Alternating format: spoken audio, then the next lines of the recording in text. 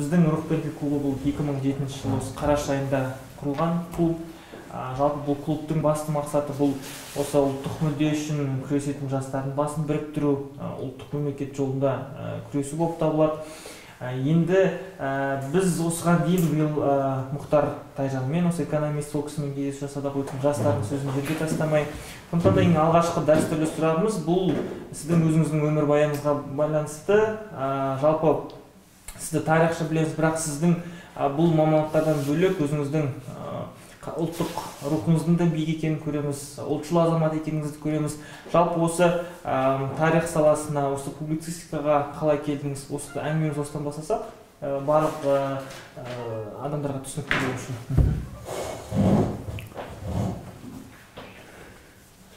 Мен негізгі мамандығым бойынша инженермін. Ауыл шаруашылығы институтында оқығам. 68 жылы бітірдім. Бірақ жазу мәселесімен енді ерте шұғылдандық. Неге қаңғайда біздің ауылда сұқ қойынды. Ауылда біздің бала кезімізде сол жұмыс істейміз, колхозда қозғау істейтінбіз, бізде совхоз болды. Өндірістік оқушылар бригадасы деген болды. Сонда сол қолымыз босаса болды, сонда істейтінбіз әйтеуір. Соның әсері болған болар. Біздің жақта жүгерген. Сол трактормен жүгерген, прицепші боламыз трактор. Соның әсері болған болуға жауап емес, сол әйтеуір осы мына ауыл шаруашылығы механикаландыру факультетіне түстік қой. 68 жыл түскем. Жылдай бәрі осы мамандыққа тақау жұмыстар істедім. Советтің тұсында жазушылар одағы, жазушылар ұйымы бір меніңше беделді ұйым болады. Өйткені басқа партия жоқ. Коммунистік партия бар, комсомол бар, басқа еркін ой айтылатын жер жоқ. Ол тек қана жазушылар одағы. Оның өзінде шектеулі дегенменен бірдеңе сол жерде айтылады. Ол жерде айтылған сөз мүлдем жан-жаққа тарап кетеді. Сол жазушылардың бір елеулі кітап шықса, елге тарап кетеді. Үлкен шу болады. Кезінде Есенберлінің кітабы, мысалы, қан кенесі қандай шу болды, сол жазушылар одағы. Онда үлкен талқылау болды. Талқылауымыз баламыз ол кезде студентпіз. Соған барып жүрдік, алғашқы талқылаудың болмай қалған есімде. Ол кезде мына үлкен залы жоқ, кішкентай ғана залы, ел сыймай қалып, интересіп тұрды, ақыр таратып жіберді. Содан кейін сондай мына шошынған болу керек, жаңа айттым әлде ел дола жинауға болмайды деп. Сонымен әйтеуір жасырын ғана бірінші хатшының кабинетінде талқылады. Оған мен де бір сол кезде үлкен кісілердің қатарымен мен де барып қалып тыңдадым, сондай болды. Сол кезде әйтеуір елең ететін нәрсе одақтан шығатын. Сол енді жазып жүргеннен кейін соны қарайсың. Сол кезде біздің мына жас жігіттер, осы күні олар да жас емес қой, қайыр үлкен болды. Мен әсіресе бір Асқар Сүлейменов деген бір ағамыз болды. Қайтыс болып кетті ғой, білесіздер. Олардың бір әдеті ұлт мәселесін айтады. Содан кейін енді Елімай деген әнді бәрі қосылып гимн. Ол Елімай ол кезде енді сонда мына ұлттың мәселесін бұлар жастар айтады, өйткені сыртта айтқызбайды. Сол басқасқанда айтады, ана үйтті-бүйтті орыстандыру мәселесі, мектептің жойылған, оның бәрін айтады ол, бәрі айтылады. Содан кейін қосылып ана гимнді айтады сондай енді. Содан кейін бір отырғанда соны тағы да қозғады. Мен енді ол кезде студентпін, содан кейін мына марксизм, ленинизмді оқып жүрген кезімде, диамат, исмат сондай. Алардың сөздерін бірдеңесі ұнамады. Олар айтады, мынау жойылып барады, сондай дегендей мәселені айтып жатыр. Мен айтамын енді мен үндемейтін еді. Жалпы өзім жалпы жуас адам, үлкен кісілер, біздің алдымызда үлкен болып тұр ғой. Бірақ мен айтамын, оны сіңісу деген табиғи құбылыс қой деймін. Диамат солай үйретеді ғой, диалектикалық материализм солай үйретеді. Қалай бұдан қашып құтыламайсың, ұлттар сіңіседі дегендей. Соны оны енді мына марксизм, ленинизм үйретіп жатыр деймін ғой. Бір мен сөзге ұмыттым, осындай мағынада. Сонда үндемей қалды бәрі, ана Асқар тұрды да бүйтіп маған теріс қарап. Ол кезде біз қазіргі меркемен қарасаң жап-жас жігіттер. 27-28-де ма сондай ақ. Біз енді 17-тердеміз ғой, сонда бізде 20 шақтан, 20 адамыз ғой енді. 18-19 жыл ма сондай. Бүйтіп қарады да, ол бір іріп пішірген ілім болуға керек деді. Мен үндемедім, үндейтін бізде қауқар жоқ қой баламыз. Алдар соңғы әңгімелер жарасып кетті. Сол ойлап қарасақ, мен енді өз басым, осыны дейін ол есептемеймін. Ол кезде есептеген жоқпын. Ол марксизм, ленинизмді іріп пішірген ілімге балау дұрыс емес деп ойладым өз үшін. Бірақ маған басқа ой салды. Неге олай айтады? Содан сол ой салғаннан бастап мен мысалы сол кездегі қазақтың тіршілігін дұрыстап қарай бастадық та, тек қана біздің үйретіп жатқан мына марксизм тұрғысынан, партия тұрғысынан емес, жалпы ұлттық мүддеге не беріп жатыр деген мәселені. Сол менің ана осыған сыни көзбен қарауыма сол бір кезде әсер етті, ылғи ұмытпаймын, сол ана сөзі. Ол енді іріп шірген ілімге қарағанда оларды біліп санады ма, білмей санады ма өздері, олар ең дұрысы практикасына қарап айтқан бар. Өйткені қазір бәріңіз де білесіздер ғой, ол кезде ол көп айтылмайтын, бірақ коммунист партияның практикасы шындап келген уақытта халыққа зиянды болды ғой. Қазақты енді қырғынға да ұшыратты, басқаға да қылды, шынынан де орыстарды ортаға қойды, оның бәрі жүріп жатты ғой. Бірақ оған қарсылық та жүріп жатты. Қарсылық сол мына жаңағыдай жазушылардың кітаптарында, олардың Содан кейін осындай әңгімелерінде ол әңгіме тарайды жан жаққа. Содан кейін жастар осылай тәрбиеленеді, солай келеді де ұлттық мүдде ойлауға әсер етті. Мен өз басыма солардың сол кездегі сол бас қосуларына сондай әңгіме әсер етті. Содан бастап өзім жалпы мына әдебиетші үшін, журналистер үшін керек нәрсе өзінің бір көзқарасын қалыптастыру. Ұлттық көзқарас қалыптастыру керек. Одан өзің концепцияң болу керек, өмірлік концепцияң. Оны өмірлік жұмысшы философиясы деп атауға болар еді. Мысалы, өзің өмірге қарайтын қандай тұғырнамаң қандай сондай тұрған. Соны өзіңе былай қалыптастырып бағыттау өте маңызды. Ол жазу үшін де керек, бәрі үшін керек. Мен содан бастап менің оқуымда да, басқа жағында да, жазушылықта да бір өзгеріс еді. Өзгеріс сол ұлттық мүддеге қарай іздеу. Ол сол студент кезден шынында солай басталды. Енді мына жазуда біріңде сол белгілі бір дәрежеде бағыт берген сол. 86 жылда осындай оқиға, 86-дан бәріңіз білесіздер ғой. Ол енді жоқ, жұмыстан алдыңыз ғой, да, осы? Жұмыстан алды, бірақ Қонаев оған түсінікті, ол 37 жыл болса құрып көтеремін деп маған қатысты біріңе деді. Оның бәрін мен мемлекеттің қабылдағанда айттым ғой. Ол кісінің енді шынында мына бұл кісілер осыны айтады, Қонаев үлкен адам, шынында сондай өте ақылдылығы ғой. Әйтпесе мен оның қасында кім? Бір баламыз біреу. Бізге сол түсіністікпен қарады да, мен жаңағыдай өзінің қатысысын, идеология жөнінде қатысына жаңағыдай жаман қатты сөз айтып отқанда маған ренжіген жоқ. Иә, перебарщил деп отыр. Кейін мені ана Егемен Қазақстанның бөлімін көрсету берді. Енді ол түсінгеннің келсу. Сонда маған ақсақалдар реабилитация сөйтіп айтады. Оның бәрі өтті, бітті, оның 86-ның бәлесін орындық бәріміз, 86-ны бәріңіз білесіздер. Ол кезде мен де сол енді өзім жоғары совет істейтін, сол бірден айтамын дедім дағы, онда да сол қуылып не алдық. Сосын да сондай жағдай болды. Өмірбаян айтып жатыр. Бұның бәрін бір қарағанда бір белестер, бірақ енді айтылып жазылып жүр, өздерің сұрағанға айтып отқаным ғой. Осылай келгенбіз жазуға. Ал жазу жағы болатын болса, жалпы жастар тақырыбына көп жаздым. Одан кейін жалпы тарихи мәселеге осы комсомолдың кезінен байланысты бастаған болатын. Өйткені комсомол тарихы бізді жастар қозғалысының тарихы қатты болғандар да, өйткені ол енді онсыз болмайды. Қазірде сіздер жастар қозғалысына қатысып жүрген жігіттер ол кезде де болды. Қанша жаман асақта комсомол кезінде елдің тарихында үлкен рөл атқарды.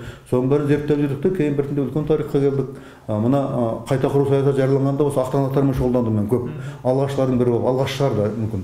Қазақ әдебиеті газетін істейтін көп біздің ана қайраткерлер туралы бірінші мен жазып жүрдім. Одан кейін сол кезде Манаш деген ақсақал болды, Қозыбай. Маған айтады, бәрі сенің ана жазған мақалаңнан кейін қорғап алсайшы дейді. Мен маған оның керегі не деймін. Мен жазушылар маған не қылады? Мен иә зерттеймін, бірақ өзімнің шығармашылығымды зерттейін деймін ғой. Сөйтсем мен де қателескен екенмін.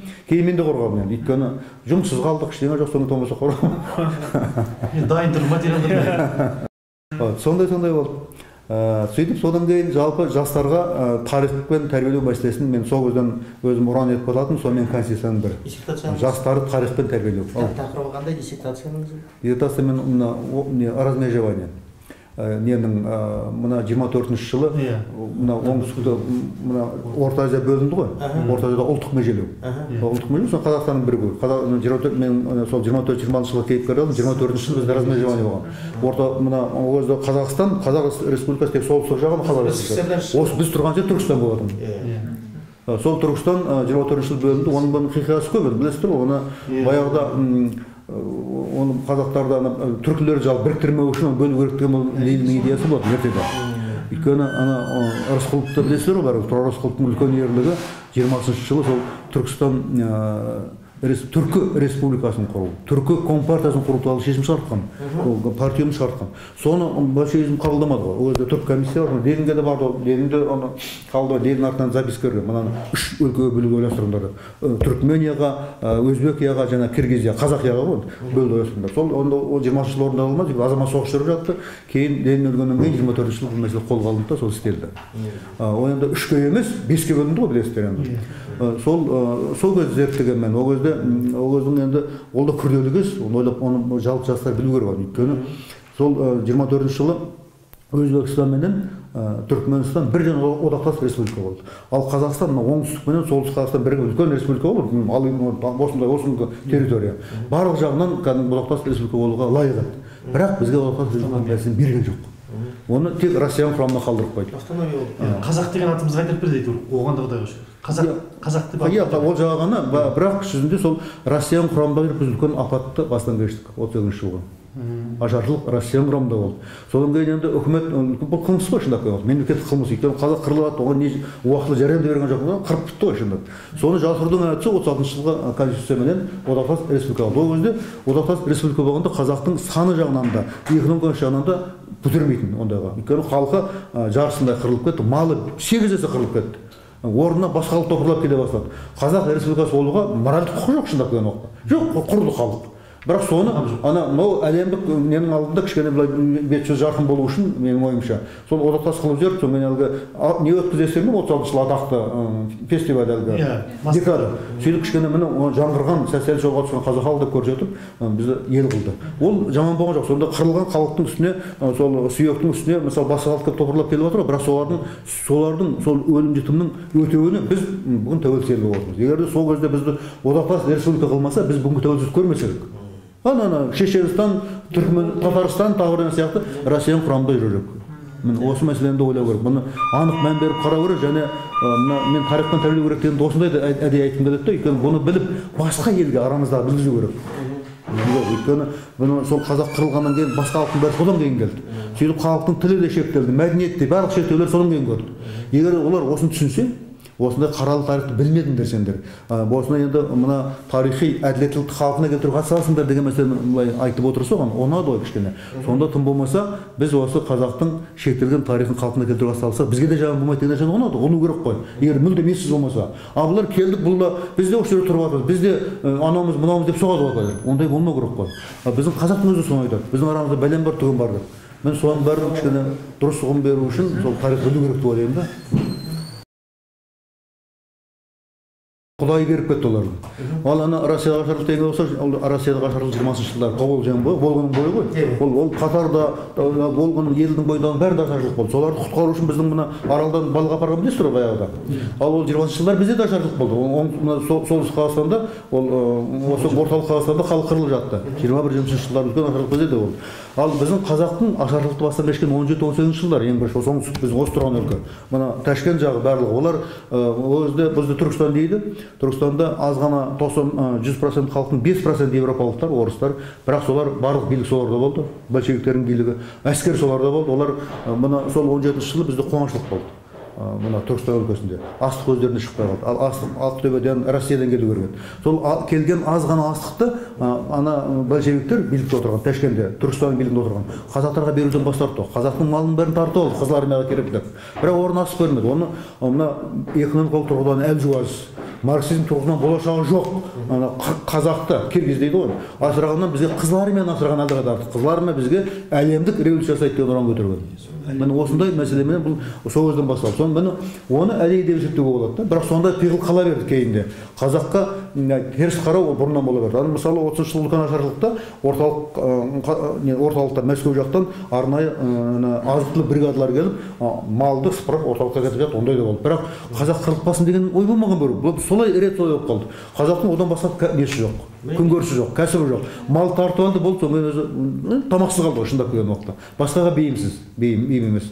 Содан кейін үкіметтің жаман несі мына өзі атақты 27-ші жылы съезд болған, коллективизациялау съезі, ұжымдастыру съезі. Сол съезд бойынша мына 38-ші жылға дейін халық колхозға бірігіп біту керек еді. Ал енді біздің қазақтың тұрғысында, қазақ ол кезде 70-80% көшпелі халық қой. Барлық көшпелі ғой, халық қала аз ғана, қалада аз ғана, негізі көшпелі. Соны олар енді өзінің съездің, Мәскеудегі съездің шешімінде қазақ туралы бір ауыз сөз жоқ. Бірақ біздің белсенділер, шолақ белсенділер, соны сол орталықтың шешімін орындау үшін мына тәркілеуді ойлап тапты, конфискацияны. 27-ші жылы алғашқы нелердің басқа 28-ші жылы күзде конфискация жасады ғой. Тәркілеу. Сол малды сыпырып алды, содан бастады. Мал сыпырып алынды, орталықтандырылды, соларды колхоздыққа біріктірді, басқа қылды. Отырышыл ол дейді. Не оған үй салатын қаржы бермейді, үй салатын құрал бермейді, құрал жабдық сайман онда ештеңе жоқ. Сөйтіп халықты мәжбүр етті шындап келген уақытта. Онда да қырылсын деген жоқ шығар, бірақ қырылу туралы алғашқы деректерге мән берген жоқ. Бірінші Мәскеуге де біздің Алматыға жер-жерден түсіп алды. Павлодар жақтан ең бірінші 29-30 жылдары орыстар сол кезде жер аударылғанда солай бірінші хабарлады. Бәріне пысқырған жоқ қой. Ол енді жәрдем беруге асыққан жоқ. Сол тұрғыдан әрине не болса болсын дегенге келтірген. болды ғой. Ол үлкен соғыстар болды. Мына созақ көтерілісі, өтері көтеріліс мына оңтүстіктегі. Бұлар тағы әр жерде осы мына Батпаққара дейді, мына кәдімгі осы Өзбекстан территориясына кеткен Бостандық жерінде ана Қарақалпақтың жері толып жатыр, көп. Оның бәрі көтерілді, оның бәрін әскери күшпен басты, оның бәрін банда деп есептеді. Соттады, тірі қалғандарын қырып жіберді. Мына созақтағылар айтады, мысалы, бейбіт халықта пулеметпен тартылып қырып тастаған. Ондайдың бәрі болды олар. Бұл үкіметтің істемеген қылмысы жоқ ол жағынан, бірақ ашып айтпайды. Қазір енді сол ақтап отыр ғой, өйткені оларды қырып алды бір рет Жаңаөзендегі сияқты, соны тірі қалғандарын соттады ғой. Сол соттағандарын тура осы принцип сияқты, сол сотталғандар қазір ақталып жатыр. Атуға бұйырды, басқа қалды, олар ақталды. Ал талайы сотсыз бірдеңесі атылып кеткендер кетті, ешкім іздеп жатқан жоқ.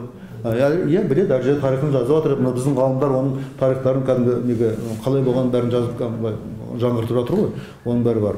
Бірақ соны ұлт азаттық қозғалыс ретінде әлі сипатталып алған жоқ. Иә, қарсылық қозғалыстар дейді. Шынында қарсылық қозғалыстар ғой. Мына тәуелсіздік жері бар, 91 жылы. Сол жылы эйфория, елдің бәрі ел болдық деген нәрсе, мына жоғарғы кеңес ол да солай комиссия болды. Ғылыми комиссия үлкен, ол комиссия ашаршылық мәселесін зерттеу осы 38 жылы. Ол комиссия жақсы жұмыс істеді. Біздің осының ғалымдар, елді ғалымдардың бәрі қатысты. Олар қорытындысын берді сол бір жылдан кейін. Қорытындысында ашаршылық коллективизация кезінде қазақ халқына геноцид жасалды деген қорытынды болды. Міне сөйтіп ол жарияланды да, бірақ соны қолдаған жоқ үкімет. Ол сөзінде геноцид. Ол 92 жылы тұжырымдалған қорытынды әлі күнге мойындалған жоқ. Ол бір рет газетте шығып кетті, егемен Қазақстанға және солтүстік Қазақстанға шықты, қазақ халқына геноцид жасалды деп шықты. Содан кейін бір нәрсесі. Сол 92 жылдың мамырынан бастап 31 мамырда қуғын-сүргін құрбандарын еске алу күні ретінде белгіледі. Қуғын-сүргін құрбандары емес, ашаршылық құрбандарын еске алу күні болды. Естеріңізге салыңыздар, ашаршылық құрбандарын еске алу күні 31 мамыр. Сол 92 жылдан 97 жылға дейін бір рет атап өтілген жоқ. Мемлекеттерде мән берген жоқ. Себебі, неге себеп? Себеп қорқады. Арамызда орыстардан қорқады, Мәскеуден қорқады, қорқытты бір солар себеп қылды. Олай емес қой, біз тәуелсіз ел болдық. Арамызда орыстарға сол орыстардың келген орыстарға кінәсі жоқ, ол ұранмен келді. Олар оны білген де жоқ әрбірден кейін. Солай емес пе? Қайда осы қаралы тарихты білсе, олар біздің мүддемізді қолдауға қарсы болмас еді. Астанада өткен жылы ғана қойды ау дейміз. Міне осыған келейік енді. Өткен жылы, міне бәлен жылдан кейін, президент айтқаннан кейін, 80 жылдан кейін ғана қозғалып, газет журналда жаза бастады, басқа ескерткішті қойды, тағы сол сияқты. Ал мына 92 жыл ана жерде Қаратас тұр, ана бұрынғы көдің жанында. Соны осы әділет, мен әділет деген қоғамнан басталғаннан бастап сондамын. Сонда сол кезде біздің әділеттің ұсынысымен соны қалалық әкімшілік қойған болатын, ол кезде исполком ғой. Осы жерге ескерткіш орнатылады. Сол тас тұрғалы 20 жыл болды, әлі тұр. Біз әділет қоғамында осы ашаршылықтың аяқталғанына 75 жыл болды деп арнайы республикалық ғылыми конференция өткіздік 2008 жылы. Сол конференцияға журналистерді шақырдық.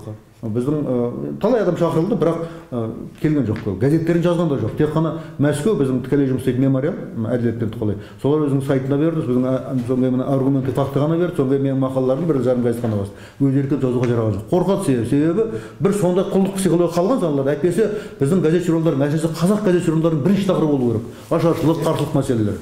Ол сол кезде солай болды. Одан кейін әрине бірақ жазып жүр, жазбатып кәріккені қоюға болмайды. Әсіресе президенттің 80 жыл атайық дегеннен кейін мүлдем жақсы бетбұрыс бар, солай ғой. Тек соны жандандыра беру керек. Қарапайым адамдар атылды, пулеметпен атты, нелер. Енді сол ел зиялылары болған жоқ па сол кездерде? Ақын жазушылар,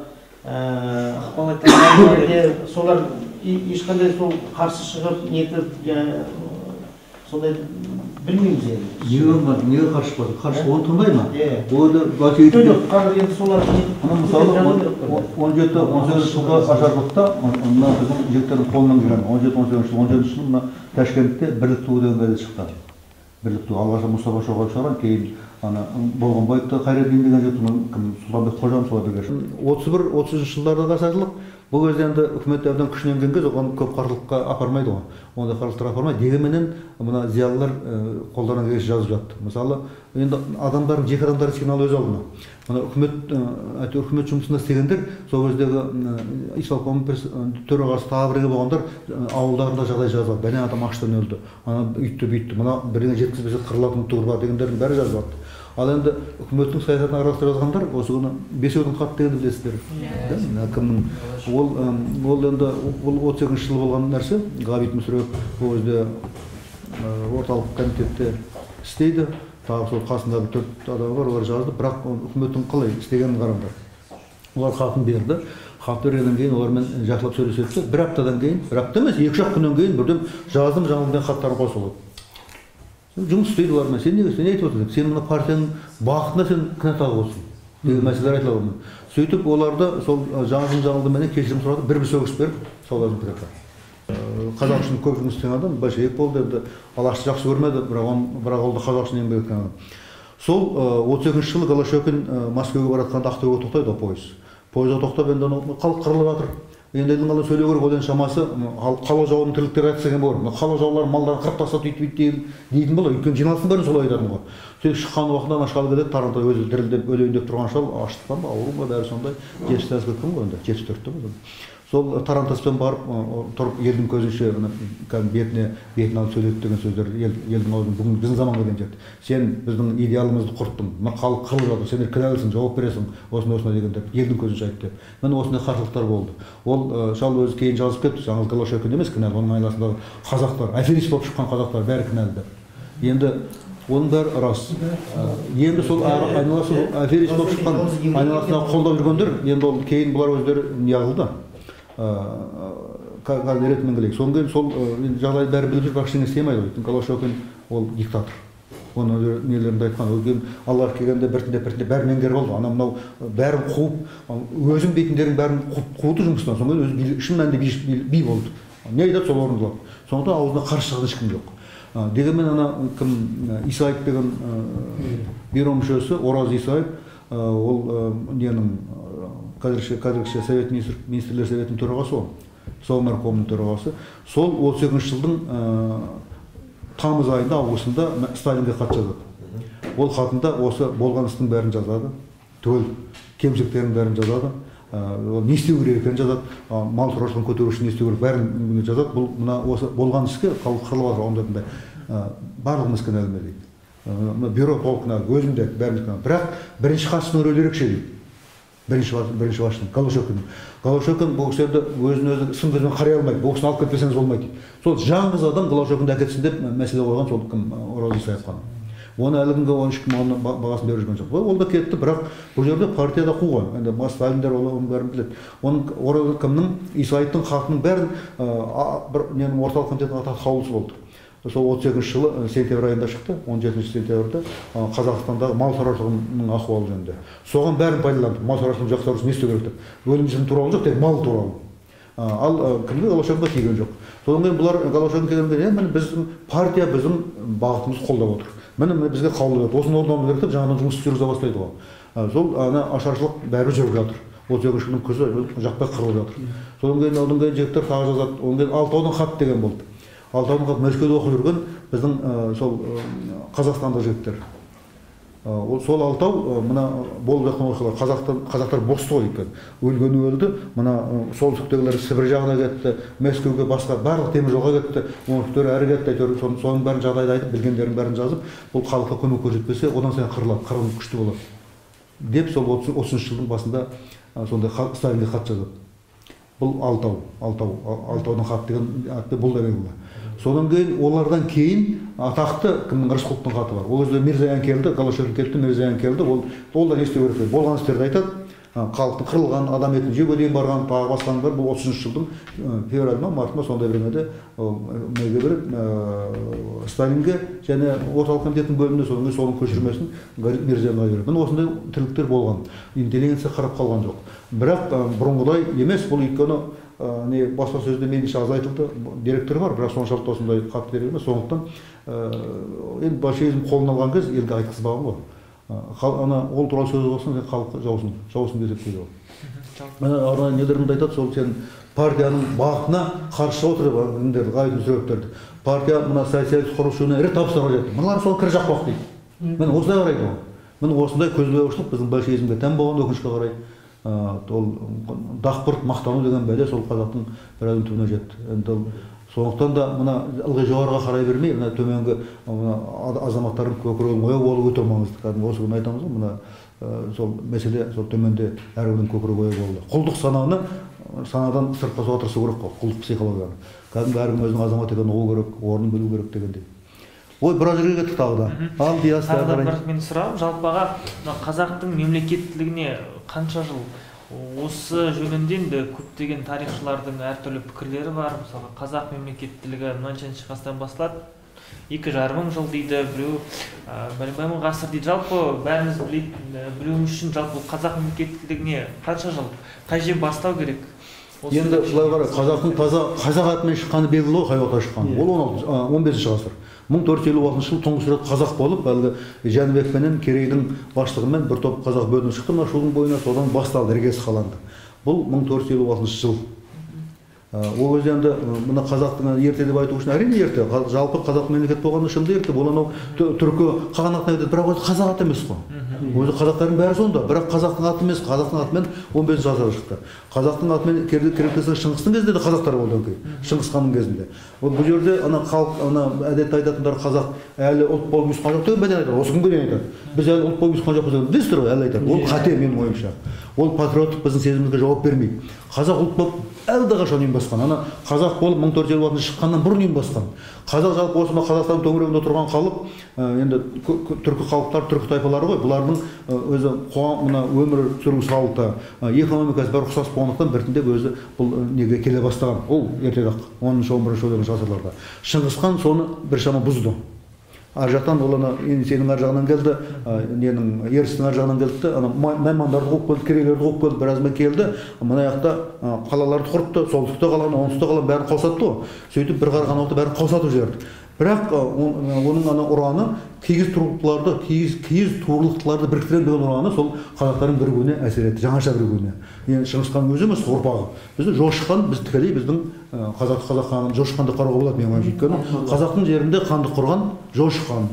Жошы хан ұрпақтарының бәрі бүгінгі біз Шыңғыстың тұқымымыз дейтіндер Жошы хан ұрпақтары, солай емес пе? Сол Жушиттер, Жошының ұрпақтарымен сол бұл 13-ші ғасыр. 13-ші ғасыр ona Жош ұлысы тек қана елге де жетіп қойған Жош ұлысы, ол Батысқа дейін кетті, іріленді, Алтын Орда құрылды. Оны Алтын Орда емес қой, ол Жош ұлысы дейді. Алтын Орда деп кейін берді айтып жүр, орыстар Орда деген. Сол Алтын Орда, оның бәрі сол түркі қазақтың қалыптасуына мүлдем әсер еткен нәрсе. Ал енді Алтын Орда біртіндеп ыдырады, себебі өте үлкен аумақты жаулап алу, оны басқарып тұру оңай нәрсе емес қой. Әртүрлі алауыздықтар, басқалар болды, бірақ бізге қатысты аумақта сол Ақ Орда деген хандық құрылды. Ақ Орда сол қазақы адамдар, қазақтар және негізінен осы қазақ соның төңірегінде қатты ұйымдастырылды ғой деп қазақ. Бірақ онда да қазақ деп атаған жоқ. Ақ Орда біздің қазақ тұрды, қазақтың хандығы, ол қазақтың мемлекеті, бірақ қазақ деп аталған жоқ ол. Ақ Орда хандығы Әбілқайыр хандығы деп келді. Өйткені Әбілқайыр деген кімнің туысқаны биледі, Жошының баласы ғой енді ол да. Кімнің Батудан кейін Батудың інілерінің бірі ме? Сол неден келеді, сол төңірек қой бәрі, айналып келгенде Шыңғыс тұқымдары. Солар ол кішкене өзбекке тақау болды. Өйткені оңтүстік бәрін Мавреннахр бәрін қоса билеп тұр ғой. Содан кейін мына кімнің біздің осы күнгі біздің қазақ хандарымыздың билеген жерлеріне бұл қысым көрсете бастады. Ол ана кім биліктің басында болғанменен мына қазақтар сырдың бойында Жәнібек пен Сұлтан билеп тұр. Жәнібек пен Керей. Солардың жеріне ауысып алса, өйткені ана сығанақты алмаса, сырдың бойын алмаса, хандығын ғадетті алмайтын десе, соған басыла бастағанда бұлар қарсы болды. Мына жақтан қалмақтар келе бастаған ол кезде, мына неден шығыстан. Сөйтіп бұлар сол ақыры кімнің несіне наразы болып, Әбілқайырдың өзінің бір қара адамыменен бір 200 мыңдай дейді ғой, қазір рас болса.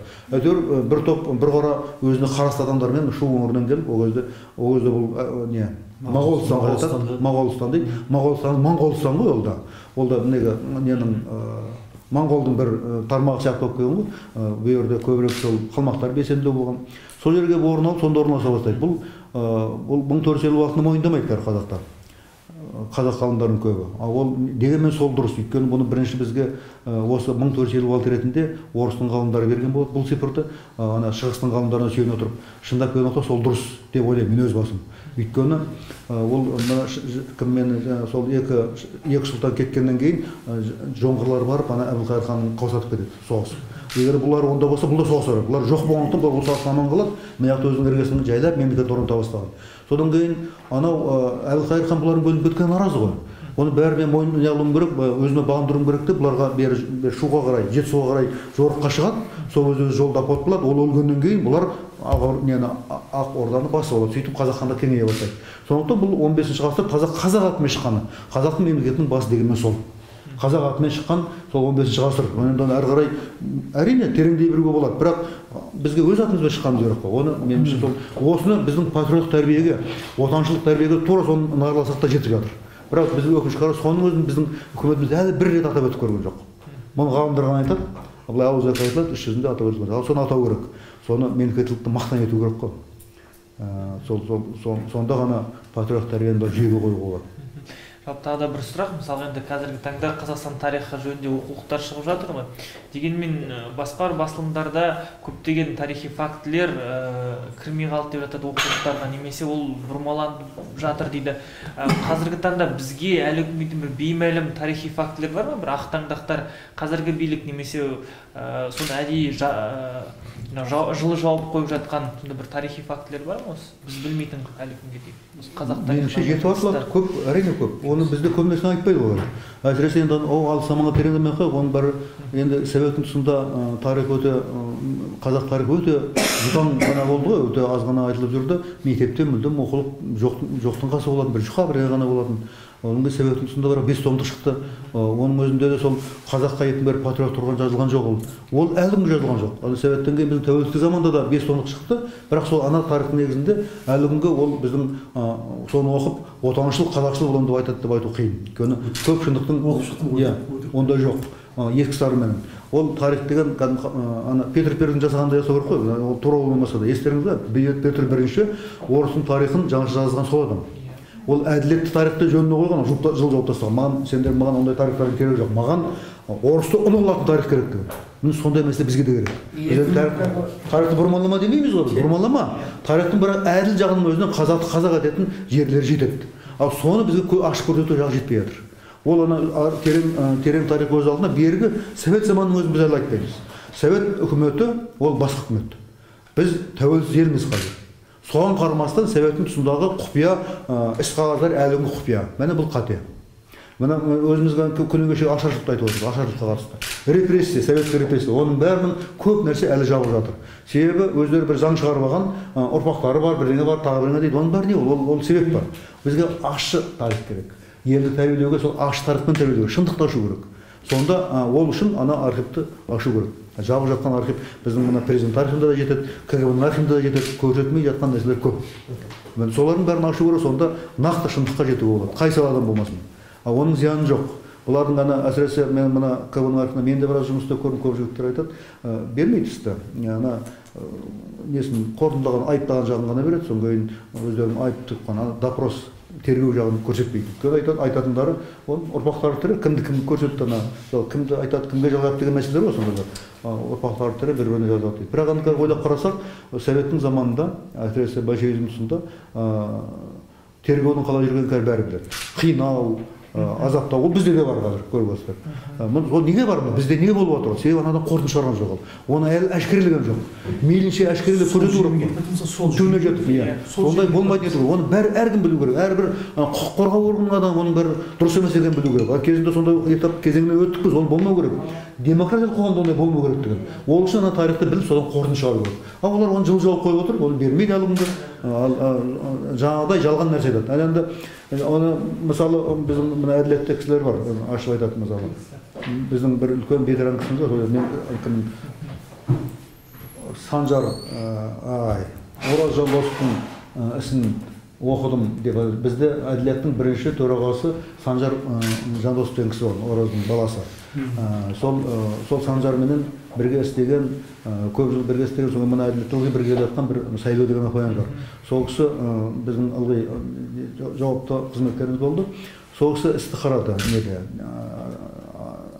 КГБ-да, өзінің әкесінің кім соны Санжарға айтты, сен көрмей қой депті. Өйткені бір-бірін көрсетеді. Бұлар сауатты адам ретінде біліп отыр. Ол еріксіз көрсетеді ол. Қиындайды, зорлайды, сен ананы айт, мынаны айт деген бәрін жазады. Қазір айтқызып отыр ол. Мен сол сондайлар толып жатыр. Міне ана кісілер бірін-бірі түсінеді, оны заман түсінеміз ғой. Ол міне жақсы жолда, жақсы мына әділеттің жолында бәрі жұмыс істеп жүр. Ана жақта істерін қараса әкелерің бір-бірінің ананы мен контрольсіңер қылдым, ананы теріс жолға салдым деген бәлелердің бәрін жазған. Бір өтірік екенін бәрі біледі. Өйткені сол кезде солар әдейі қинап, зорлап істетті. Міне солай екенін сөйтіп дұрыс түсінсе, оған ешкіммен жауласпайды. Бұлар қазір ол туысқандары жайласады деген олменен жауап қоюларының бірі сол. Заң шығарып қойған, белінен бас жауып тастаған, бітімін көрсетпейді. Бұл бізге меніңше әділетті тарих жасауға апармайды. Оны жөндеу керек. 20-шы жылы 26 тамыздағы алынған декреттері 4-ші қазандағы біздің жаңағы қазақ қырғыз автономия болып сол мемлекеттілігімізді қалыптастыру. Сол осы даталарды жаңғыртып, осы даталар арқылы біз өзіміз бір нәрсе істей аламыз, мына ұлттық осы немізге. Білемін, олар таптық мемлекет құрған. Бірақ та дегенмен де мемлекеттілігіміздің қалпына келуі ғой осы даталар бізді қазір аталмайды. Осыған қалай көзқарасыңыз? Ленин менен Калинин қол қойған 26 августтағы, тамыздағы қаулысы ол да мемлекеттілік бар. Бірақ ол советтің тұсында аталған жоқ. Ал 4-ші октябрь алғаш учредительный құрылтайшы съезд болды. Оның бәрін советтің тұсында аталған жоқ, тағы аталмайды. Бұл дұрыс емес.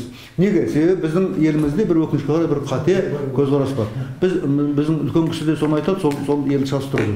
Біз мемлекеттілік енді осы дейді. Қазақта мемлекет болған жоқ дейді. Енді осы қате ғой. Мен ойлаймын, соғыстың айналасындағы кеңесшілері өте зиянды тірлік жасап жүр. Соны біздің жауларымыз пайдаланып жүр. Бұл қазағында мемлекет болған жоқ, президенттің айтып тұр ғой дейді. Ол боламайды, дұрыс емес нәрсе ғой. Соның жанында кеңесшілердің үлкен кінәсі, кемшілігі осы міне. Дұрыс кеңес беру керек қой.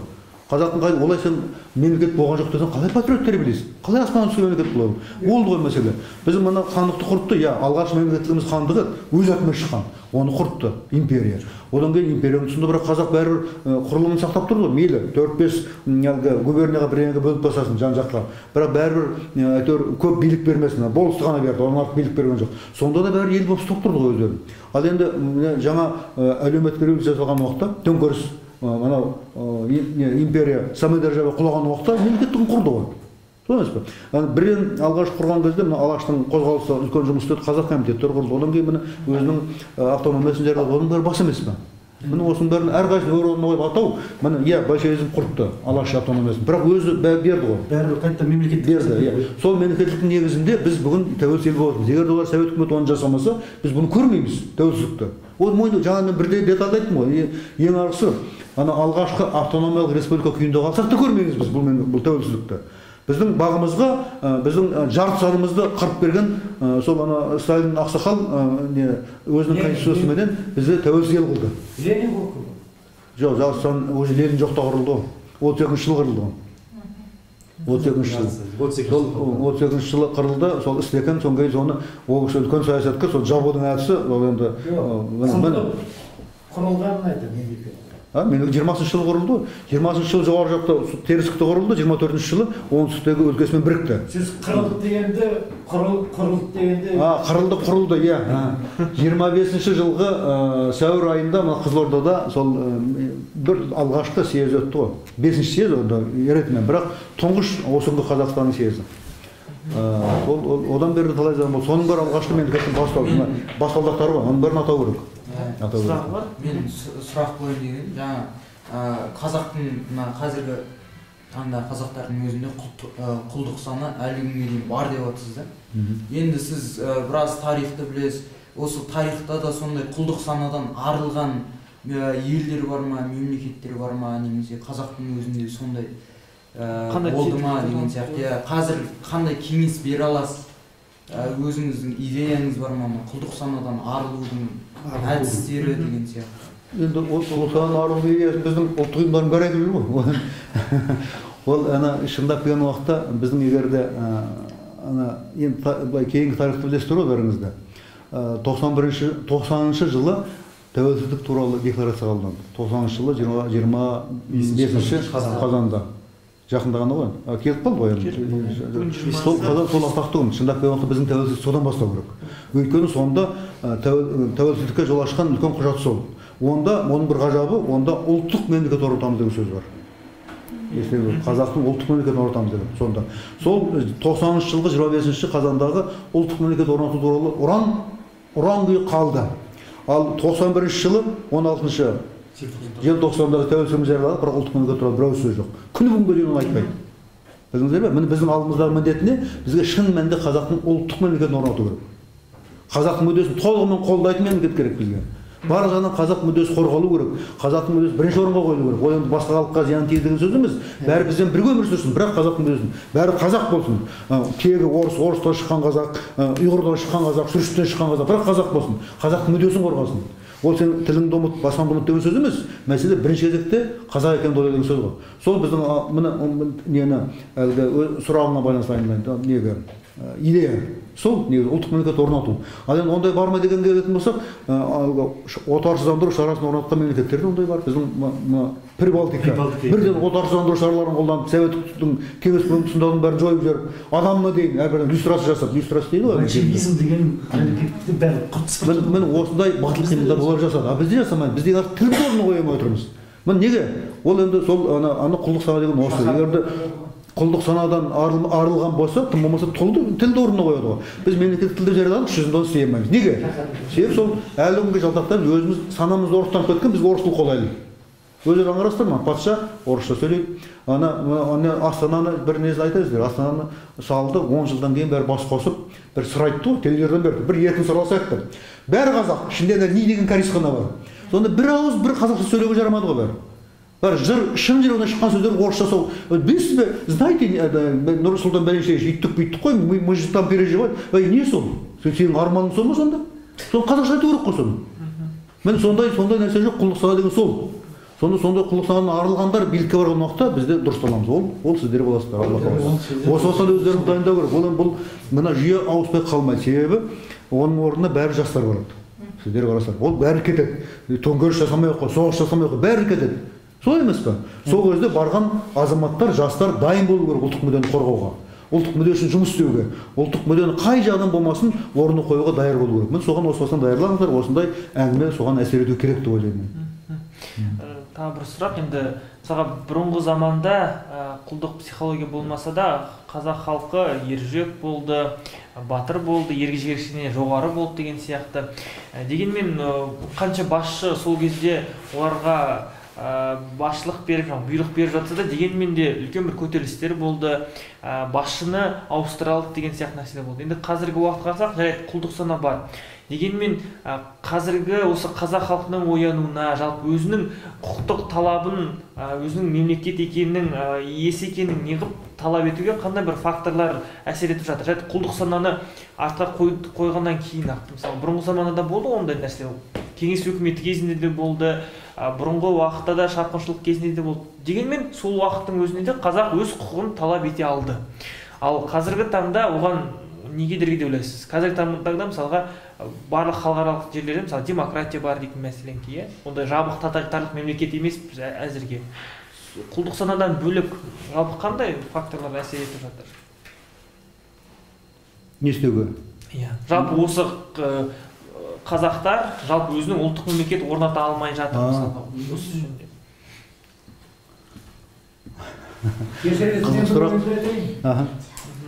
Ол баяғы кезде, ол кезде мына мұнай, жер байлығы, тап мынандай біздің айналадағы Қытай, Россия, США нелерге қажеттігі ондай болған жоқ. Қазір біз мына өзіміздің жер байлығының құрбандығымыз. Бүкіл дүниежүзі мына қазір қырғызда болып жатқан жағдай. Демократия, алпыстай нелар, соны көрсетіп жатыр бізге. Егер де тырп етпей отырмасаңдар, сендерге осындай боласыңдар. Бірақ ол қазір біздің басқарып отырған кешім. Біздің президент емес, біздің парламент емес, біздерді басқарып отырған Машкевич, Шодих, Ибрагимов, Митал, Ким, Сон, солар. Солар біздің байлықты бітірмей, олар бізді бостандыққа жібермейді. Былай ғой, дұрыс, енді үлкен экономика, оның бәрін айтсақ тереңдеп кетеміз. Бірақ жалпы әділетті ел болу керек қой, әділет керек, қай салада болмасын, қай буында болмасын. Ал енді қарапайым әділеттің қарапайым нәрсесі өзіңнің ана басқаратын адамыңды өзің сайлап алуың керек қой, тағайындап мысалы да. Бізде бәрін тағайындайды. Ал енді ол тағайындаған адамдары әділ жұмыс істесе әрине жақсы болар еді, бірақ сол әділет мәселесі келжіл тұрып жатыр ғой. Бізде заңмен істейміз дейді бәрін, бір қарағанда бір заңдарын жасап қояды, ол заң жұмыс істемейді. Ал заңды белінен баса береді. Сондықтан мына біздің ана билікке жеткен, билік буындарындағы азаматтардың сол біріншіден әрине заңды қадағалаған дұрыс, бірақ іс жүзінде адал, иманды жұмыс істеу керек қой. Сол біздің мына билік орнына барғанда бағана мен бір нәрсені айттым ғой, ұлтқа қызмет еткеннен гөрі жеке өзінің қара басына, содан кейін сол жоғарыдағы адамның айтқан нұсқауына ғана жұмыс істеу, сол кемшілік қой деп ойлаймын. Өйткені қай салада болмасын, бірінші кезекте осы халыққа пайдалы ма, ұлтқа пайдалы ма дегенді ойласа, сол ұлттық мемлекеттің нышандары бәрі керек нәрселер шығарады, олай етпейді, өкінішке қарай. Ол енді меніңше бұл күрделі нәрсе. Мен өйткені мәселені қоймай жүрген жоқ қой, мәселе билікте отырғандар бір бөлек. Осы бізге ұлтқа не керек дегенді айтатындар, өкінішке қарай қолында билік жоқ адамдар.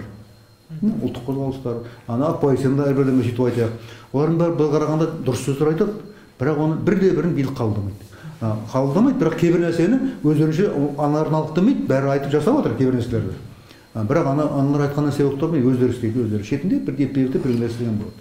Ал қарапайым халық керетін болса, ол қарапайым халыққа күн көрістің есебі, оларға шынында сен қай мемлекеттің әйтеуір қарын тоқ болса, жұмыс болса болды, жұмыс та жоқ қазір, басқа да жоқ, сондай менен жүріп жатыр. Сондықтан осындай жағдайға келіп тұрмыз ғой деп ойлаймын. Егер де билік ұлттық мүддеге жұмыс істейтін ұсыныстардың бәріне сергек назар аударып тұрса, меніңше не болар еді? Онда ұлттың қажетіне, мұқтажына қажет нәрсенің бір орнына келер еді деп ойлаймын.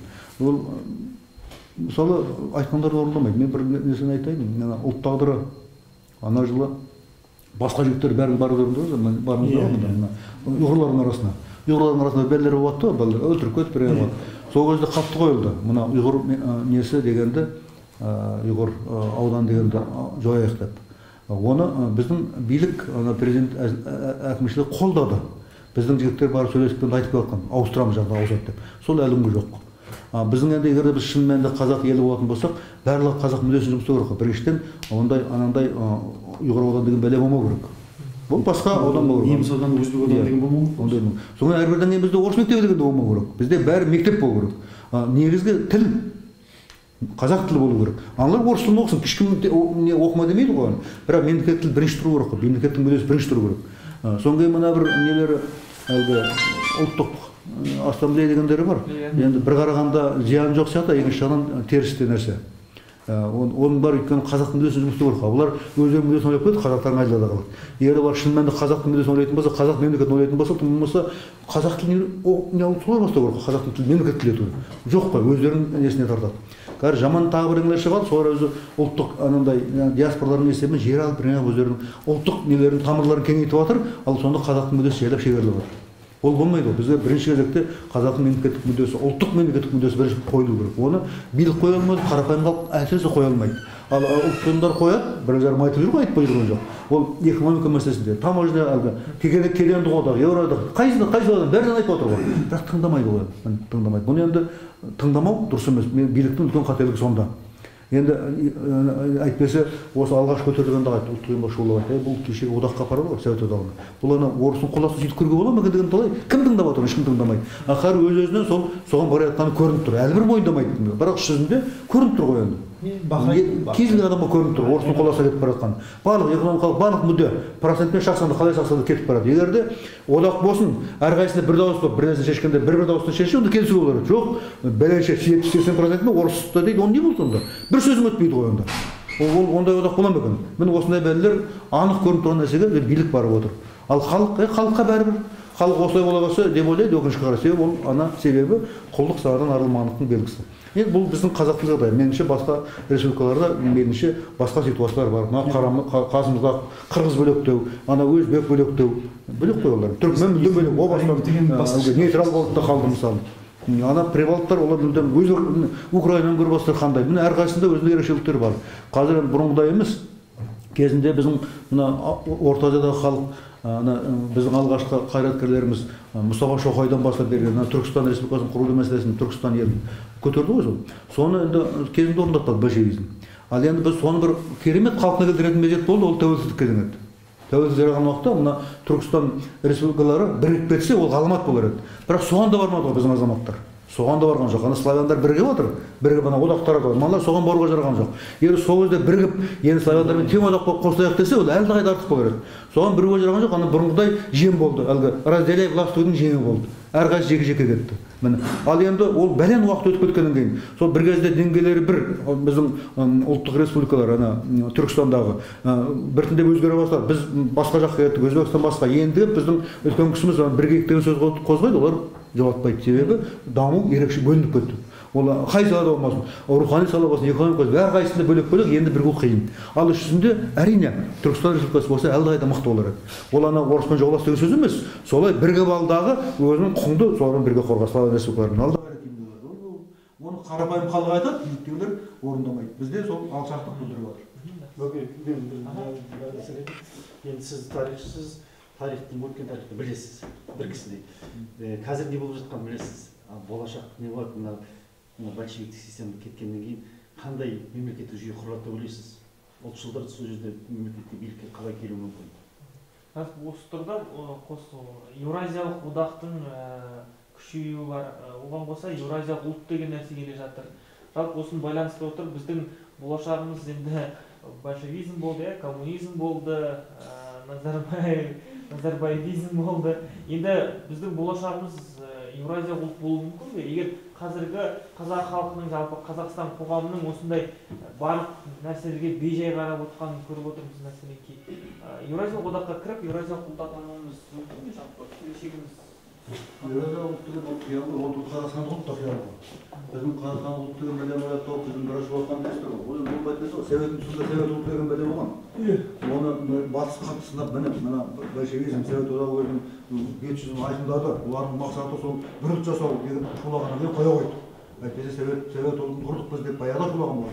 Ол болмайтын өкілдер жеді. Сол сияқты Қазақстандық ұлт та болмайтын нәрсе. Оның енді былай кәрігі осы күнгі халықтың өсу динамикасына қарасақ, қазақ шүкір өсіп келе жатыр, орыстар азайып келе жатыр, бәрібір қазақ жетекші болады. Қалай болды? Емес пе? Сондықтан ол Қазақстандық ұлт емес, қазақ ұлты, ананың бәрі қазақ ұлтына кіру керек екені әлдеқайда дұрыс, және сол тарихи болашағы бар нәрсе. Орыс та, орман да, бұл жерде қазақ деп есептеу керек Қазақстанда.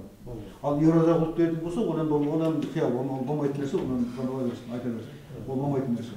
Ал енді басқа тұрғыдан мемлекеттік жүйесін айтатын болсақ, Нұрсұлтан кім біледі, енді қазіргі бағыттарына қарағанда біздің енді ұлттық мемлекет орнату деген біздің ана ұлттық ұйымдардың айтып жүрген арманына ол жеткіземіз деп ойламайды. Менің ойымша олар ондай ой жоқ оларда. Біздің билікте өкінішке қарай болашақта қалай болады дегенді кім біледі, қалай ол билікке кім келеді, жалпы қандай жүйе болады, соған да байланысты нәрсе ғой. Енді менің ойымша Назарбаев өзінің орнына бір мұрагерін тастап кете ала ма, алмай ма, соны қандай білесіз? Сол авторитаризм бұл авторитаризм дұрыс. Ол енді сөйтуге тырысайын деп жүр ғой. Менің әлі есімде бұл кісі баяғыда анау бір қатты шарықтап тұрған кезде ана өзінің орнына біз Буш сияқты ауысқымыз келеді дегенді айтқан, өз аузынан естігенбіз, өзі айтқан. Өзінің ұрпақтары, балалары бір неден кейін келеді деп, сондай бірден айтқан. Ол менің ойымша қанша дегенмен бұл кісінікі енді дұрыс емес. Енді сыйлаймыз ғой, еліміз ел қылып отыр, еліміздің басшысы бүкіл ел сыйлайды, біз де сыйлаймыз ғой. Ол енді басшы ғой енді, қайда елдің басы, елбасы деп отыр. Бірақ біздің егерде шын мәнінде демократиялық ел болсақ, бізге демократиялық жолмен басшы сайлау керек қой. Егерде онсыз болмайды, енді ол қалай болады? Ал бір ұрпағын әкеліп, біреуін әкеліп, ол қандай болады? Қандай моральдық права бар? Ана қыздың мысалы, қандай моральдық права бар? Қазақша бір ауыз білмейді, қазақтың мүддесін білмейді, яғни алматы деген сөз айтқысы келмейді. Ол қандай біздің қазақ басқару правасы бар? Былай қараған уақытта, солай емес пе? Сол тұрғыдан бұл олардың анау күйеу баласы болсын, қай-қайсында моральдық құқы жоқ. Өкінішке қарай соларды қоятын болса, қазақ оңбайды. Солай емес, ол не болады? Олар қазаққа түк істемейді. Олар менің ана алаштарым айтқан әлгі чиновник, функционер болатыны рас, бір экономикадан біріңе істер, бірақ қазақ мүддесін көк түйін жұмыс істемейді. Сондықтан олардың келгені, және ол жолмен, мұрагер жолмен келгені менің ойымша өте қате, болмауға тиіс нәрсе. Ол үшін елдің көзі ашық болу керек. Ол үшін әділ сайлау жасауға тырысу керек. Бізде ана поэзия айтады, жалпы елдің бәрі мойындайды ғой, бірде бір әділ сайлау болған жоқ қой шынында. Ол неге әділ сайлау болмайды? Неге соны жасай алмаймыз? Осы өрт ойлануымыз керек қой. Ол үшін әркімнің көзі ашық болу керек. Менің ойым былай. Бүкіл халық қолдап кімді даригасын президент қылып сайлап, ананы келтіріп, сосын дариганы көтеріп оқымай қойды. Сосын бір сұрақ қойсам, мысалы күрестің қай түрін тиімді деп ойлайсыз, мысалы недегідей, мысалы Украина недегідей астанада көтерілген дұрыс па? Егер ондай нақты көтерілмесек, мысалы кейін кеш қараптаймыз ба бұл жағын? Қырғыздан көресіздер ме? Аны біріне болса екі революция салды ғой. Атпенен алаңдарында шауып жүреді. Кішкене ана жер, ана жерден мына жерден жетіп келеді. Бізде ұланғайыр жер бар, бізде мүмкін емес. Сол ұланғайыр жерде аз халықтың осылай шаршалып жатқаны біздің билікке қатты көмектесіп жүрген бұл. Оларда дым жоқ қой. Егер солай жасақ, негізі ұтыламыз. Енді ондай революция бізге қиын. Бізге әділ заң жолмен өзгерту керек қой. Бізге ана күшпен өзгерту қиын деген ол жерде. Ол мүмкін емес, қажет те жоқ. Бізге заңмен осыны білімді, жігерлі, табанды жігіттер сол біртіндеп билікке келу керек қой. Жалпы қоғамдық жұмыстың бәрінде төменде өздері көз ашық адамдар дұрыс нәрсеге дауыс беру керек, дұрыс іске ұмтылу керек, сонда ғана біртіндеп келеді. Әйтпесе бұлар төңкеріп тастап өзгерту бізге қиын. Қырғыздай болса, онда бірден я Қытай, я Ресейден есебін тауып әскер. Жалпы ұлттық несі барлар ол кезге дейін азайттық дей ма деген ойымша. Жоқ, күннен сайын көбейіп қайда. Осы мына жерде қанша азайып шығамыз. Жалпы айналымда өзі бірге істейтін нелерді көремін қазір. Былай қарасаң енді бір жерден осы жерге келімі сондай себеп болды да. Сол былай мәңгі көтеріліп барды да. Оны Советтің тұсында кішкене мәңгі болып дейміз ғой, ол тәртіпті жағын болып тұрады. Сондықтан да бізге ол жағынан мына ағартушылық жағынан мықты жұмыс істеу керек қой. Ол басқа біздің ағарту мәселесіне қатты жұмыс істеуіміз керек. Ол үшін мына тарихпен тербелгенге тағы мән беріп айтып қойды. Ол ақш тарихпен тербелген бір халық. Мынау сен осы күні біздің ана орыс тілімен оқыған азаматтар бірдеңеге жеттік деп есептейді. Шынында жетті ғой, орыс тілімен көп нәрсеге бәрі талай жетті ғой. Әрбірлеген орыс тілі арқылы біздің ана өркениетті алаш қозғалысының өзі орыс тілі арқылы келді. Шындап келген уақытта орысша білгендіктен келді. Революциялық орыс қозғалысына қатыса білгендіктен келді. Мұсылман қозғалысына қатысқандықтан келді. Ол орыс тілін біз жоққа шығармаймыз, орыс тілінен қашпаймыз да. Бірақ өзінің тамырын ұмыту деген қауіпті нәрсе. Осыны жеткізу керек еді. Бізде мына қазақша қоқ демейтіндер қазақтың сөзін айтатын болып кетті. Қазір біздің қазақтың болашағы орыс тілінде деп соғатындар бар. Мен соның қате екенін ұғындыру керек та. Онымен төбелесіп семайсың, ұрысып семайсың, бірақ осының дәлелді сөздерімен осындай тарихты түсіндіру жолыменен сол біртіндеп біз олардың пікірі қате екенін, тек қана қазақтың бірігу арқылы, қазақтың мүддесін қорғау арқылы ғана, қазақтың тілін дамыту арқылы ғана қазақтың ұлттық мемлекетін орнатып бәрі болашаққа жетуге болатынын ұғындыру керек қой. Уақытымызда дамып келе жатыр, Алматының суығын білесіздер.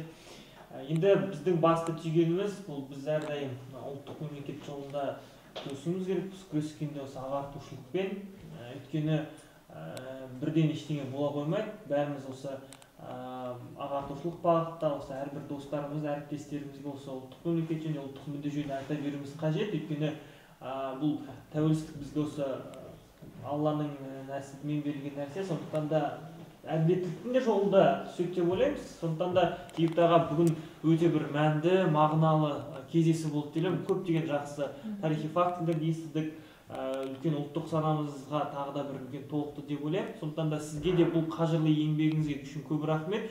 Осы біздің жастарымызға осындай тарихи сананы қалыптастыру, ұлттық сананы қалыптастыруда осы еңбегіңіз жана берсін. Сіз секілді шын мәніндегі нағыз ұлтшыл азаматтар, нағыз зиялы қауым өкілдері керек.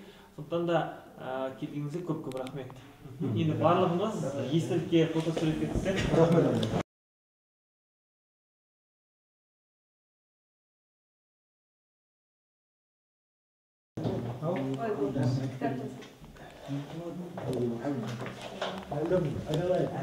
Сақалыңды артынан салып беріп жүрерсің.